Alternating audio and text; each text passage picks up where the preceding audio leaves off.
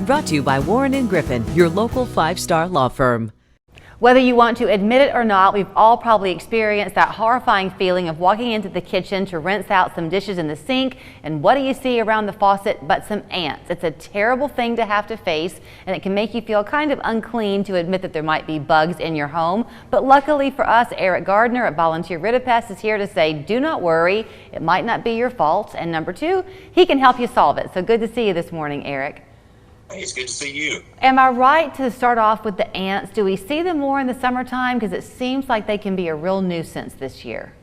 Yeah, the ants are present all year round, but they do reach their peak population in the summer months. So we get a lot of phone calls about ants this time of year. Do you see them in the sink area because the water attracts them? Is that the issue? Yeah, that's typically it. A lot of times there's food particles that are either in the sink or down in the drain, or there might be a little drip at the faucet, or might be a little standing water left. So that's typically where you will see them. So was I right or wrong to say it might not be that the homeowner is doing anything wrong? It's just that nature's going to find a way to come in. Yeah, ants are really good at finding food. Even though you clean up after you eat, many times you're going to leave little, even minuscule crumbs, and that's plenty of food for an ant. Okay, so before we move on to the next one, if you're seeing ants at the house and people call you, what will you do? Come out and first do an assessment to see what kind of ant it is? Does that matter? Yeah. Yes, we inspect. We try to identify what type of ant it is, because the treatments can vary.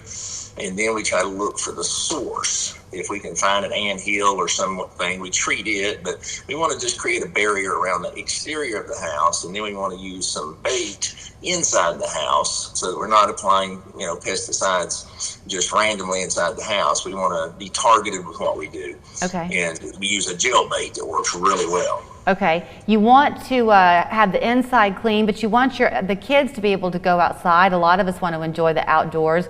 Wasps can be a real issue. I know at our old house especially, we used to see them all the time. We had a deck. Are they liking the wood? Yeah, they like to build their nest in sheltered areas, so a lot of times under the deck, it gives them some degree of shelter under the eaves and overhangs. In heavily foliaged trees, just anything to protect them from the rain somewhat. Their nests are pretty durable, but they do like a little protection. And typically we get calls in April and May about stinging insects, but they really increase in July, August, September, because their population's been growing all summer. The nest that started out small now might have 20 to 40 wasps on it, or hundreds of hornets in a nest. So this is the time of year we get a lot of calls about stinging insects. So if you're seeing a nest, you can go ahead and have it treated. Then will there be a way to prevent it for the next season, or does that have to be done closer to the start of the season? We haven't really found any way to prevent them from building other than just treating them. If we treat the house on a regular basis, we're going to catch it when they first start in April, when there's only a few insects on it, and can prevent it from ever getting large. But okay. Once they get large, about all you can do is go treat it and then tear it down if it's where we can reach it. Okay, as long as we're talking crawly things, what about spiders? We get a lot of calls about spiders. Again, they start out early in the year. There's quite a few of them, but as the summer goes on, the population grows and grows and grows, and you're going to have a huge number of spiders in the later summer, early fall. Now, once it turns winter, they'll go dormant, and some will die. Their lifespan, it depends on the spider, some longer than others, usually just a few months for the adult. But right now, we've got more spiders than we did 6 months ago. I want to hit about mice and about fungus, but before we get to those, with the couple of minutes I have left, I'm sure there are people who are watching who are thinking, yeah, but these are part of nature, so you don't want to get rid of them. Is part of what you do, Eric, to treat the perimeter of the yard too, and that way they can live in their space? They just don't want to come into yours? Yeah, well, typically what we'll do with most insects, we just want to treat around the perimeter of the house. So we kind of believe, let them have the yard, and we'll keep them out of the house. Now, okay. Some people want their entire yard treated. They just don't want to see any, and in that case, we can do that. But we try to be targeted with what we do.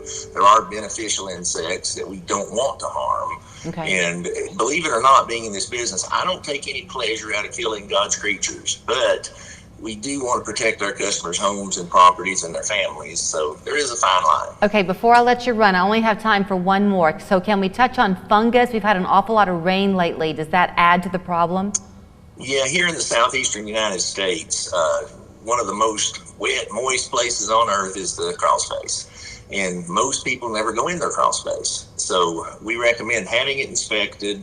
If you want to do it yourself, you can crawl under there, get a bright flashlight, some coveralls, and just look to see if the wood looks healthy. You know what a healthy 2x4 should look like. If yours is gray or brown or has chunks falling out of it or has, white powdery fungus on it, you need to give us a call and let us come out and take a look at it. If you want us to come take a look, there's no charge. We'll come out, do an assessment, we'll take moisture readings, and give you an honest appraisal of what's going on with your crawl space. All right, Eric, a great conversation. Thank you so much for your time this morning. He can make your house be the lovely place you deserve it to be. Volunteer rid of pest. volpest.com is the website. Locations in Chattanooga and Cleveland. We're back after this.